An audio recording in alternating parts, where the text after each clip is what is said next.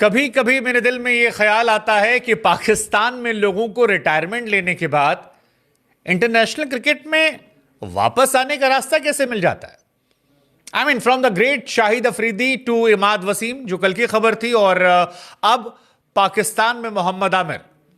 इमाद वसीम के बाद मोहम्मद आमिर ने रिटायरमेंट से वापसी का ऐलान किया है, और यह खबर अपने आप में बहुत बड़ी खबर है कि मोहम्मद आमिर पाकिस्तान के लिए T20 वर्ल्ड कप में खेलते नजर आ सकते हैं।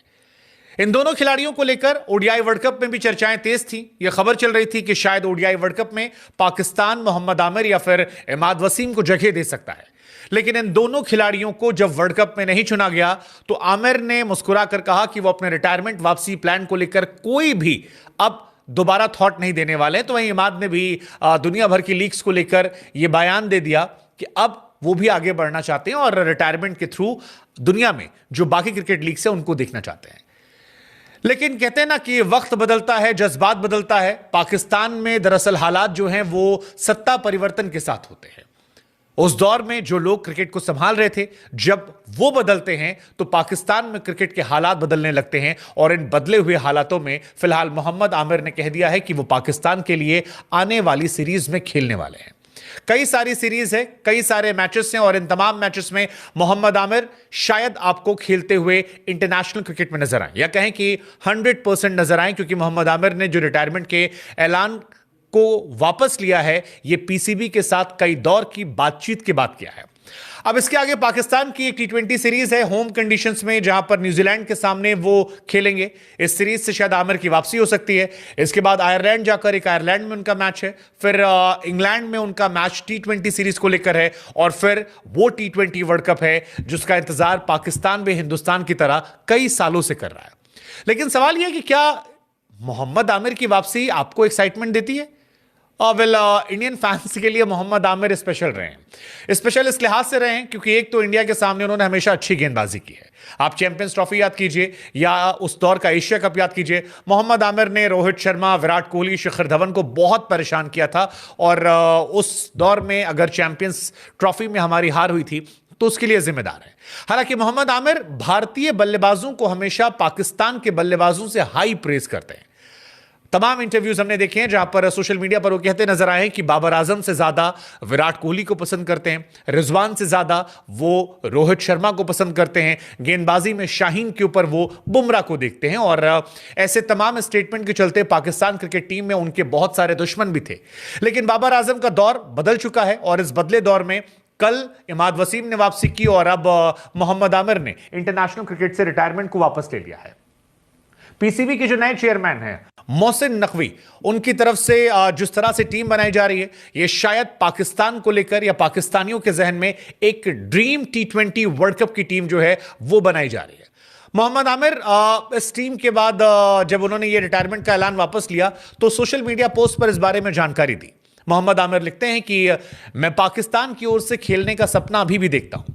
जिंदगी कभी कभार आपको ऐसे मुकाम पर लेकर आती है जहां पर आपको अपने फैसलों पर दोबारा से विचार करना होता है। वो कहते हैं कि पीसीबी और मेरे बीच कुछ पॉजिटिव बातचीत हुई है, और इसके बाद मैंने अपने परिवार से और कुछ हितमित्र से बात की, और इन सब के बीच मुझे इस बात का एहसास हुआ कि मैं पाकिस्तान के लिए अभी और खेल सकता हूं। हालांकि मोहम्मद आमिर अगर पाकिस्तान के लिए खेलते हैं तो उनकी इंग्लैंड की जो नागरिकता है वो शायद थोड़ी डिले हो जाए। मोहम्मद आमिर इंग्लैंड में सेटल होने वाले थे, और अगर वो पाकिस्तान के लिए खेलते हैं तो आने वाले समय में शायद आईपीएल में उनका खेलने का सपना जो है वो भी थोड़ा डिले हो जाए, क्योंकि जितनी नागरिकता देर होगी उतनी देर बाद वो अप्लाई कर पाएंगे। आमिर इस बीच में कई बार इस सवाल पर मुस्कुराते थे कि क्या वो विराट कोहली की आरसीबी से खेलना चाहेंगे। विराट कोहली और आमिर अच्छे दोस्त हैं, अक्सर एक दूसरे को वो एक्नॉलेज करते, एक दूसरे की तारीफ करते नजर आते हैं। मोहम्मद आमिर जिनके करियर में तमाम उतार चढ़ाव रहे, उन्होंने पाकिस्तान के लिए अब तक 50 T20 मैच खेले हैं और 59 विकेट अपने नाम किए हैं। 7 की इकॉनमी रही है, 61 वनडे मैचेस खेले हैं, 81 विकेट निकाले हैं, और टेस्ट क्रिकेट की बात की जाए तो उनके नाम 119 विकेट दर्ज है। हालांकि मोहम्मद आमिर जो हैं वो 5 साल बैन भी झेल चुके हैं, जेल जा चुके हैं, और आप सब जानते हैं उसके पीछे की वजह मैच फिक्सिंग थी। हालांकि आमिर के साथ एक और नाम जो काफी चर्चा में है वो है इमाद वसीम का। मोहम्मद आमिर से पहले इमाद वसीम ने भी इंटरनेशनल क्रिकेट एक बार फिर खेलने का फैसला किया। इमाद ने भी रिटायरमेंट का ऐलान किया था और अब T20 वर्ल्ड कप खेलने की इच्छा जताई है। वो भी आमिर की तरह आने वाली सीरीज में, चाहे वो इंग्लैंड की सीरीज हो, आयरलैंड की सीरीज हो या न्यूजीलैंड का जो होम सीरीज है, इन तमाम सीरीज में वो खेलते हुए नजर आएंगे और उसके बाद हो सकता है अगर परफॉर्मेंस अच्छी हो तो इन दोनों को वर्ल्ड कप में भी खेलने का मौका मिले। लेकिन अगर आप पाकिस्तान से हैं तो फिर आपको पाकिस्तान की एक लीथल बॉलिंग अटैक देखने को मिल सकती है, क्योंकि पाकिस्तान के बॉलिंग अटैक में अब आपको नसीम शाह नजर आते हैं, आपको शाहीन शाह अफरीदी नजर आते हैं, आपको मोहम्मद हैरिस नजर आते हैं। इन तीनों के साथ मोहम्मद आमिर भी नजर आते हैं। जमान खान, अब्बास अफरीदी हो, मोहम्मद अली हो या नसीम के भाई हुनैन हो, और भी कई सारे गेंदबाज हैं, एहसानुल्लाह हो, ये भी पाकिस्तान की बॉलिंग लाइनअप में दमखम रखते हैं। ऐसे में पाकिस्तान टीम के लिए टॉप 4 बॉलर चुनना या टॉप 3 तेज गेंदबाज चुनना अब मुश्किल होगा, क्योंकि नसीम के साथ शाहीन लगभग पक्के हैं। इनके साथ मोहम्मद हैरिस को हो सकता है शायद बाहर बैठना पड़े, उनकी जगह आमिर या जमान में कोई खेल ले। यही कहानी स्पिनर में भी होने वाली है। शादाब खान तो वापस लौटेंगे, उनके साथ इमाद वसीम जो हैं वो भी संभवतः वापस लौट सकते हैं। आमिर का नुकसान बस इतना है कि आमिर को ब्रिटिश नेशनलिटी थोड़ा होल्ड पे रखना पड़ेगा। आईपीएल अपॉर्चुनिटी जो है वो थोड़ा मुश्किल हो जाएगा, लेकिन शायद पाकिस्तानी फैंस जो हैं वो इस बात को लेकर काफी खुश रहने वाले हैं।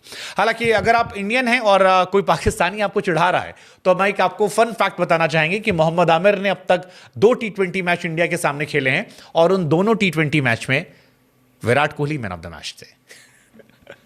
शायद यही वजह है कि आमिर विराट कोहली को काफी हाई रेट करते हैं। आमिर उन गेंदबाजों में से भी हैं जिन्होंने T20 क्रिकेट के पहले ओवर में सबसे ज्यादा विकेट लिया। मोहम्मद आमिर के नाम 32 है, ट्रेंट बोल्ट जो है वो 31 हैं। और अब जब आमिर आए हैं तो हम चाहें कि आमिर अच्छा खेले, लेकिन भारत के सामने ना चले। 4 मैचेस सीरीज होगी जहां पर वो खेलेंगे, जैसा कि हमने आपको पहले ही बताया था। न्यूजीलैंड, उसके बाद T20 आयरलैंड, इंग्लैंड और फिर T20 वर्ल्ड कप।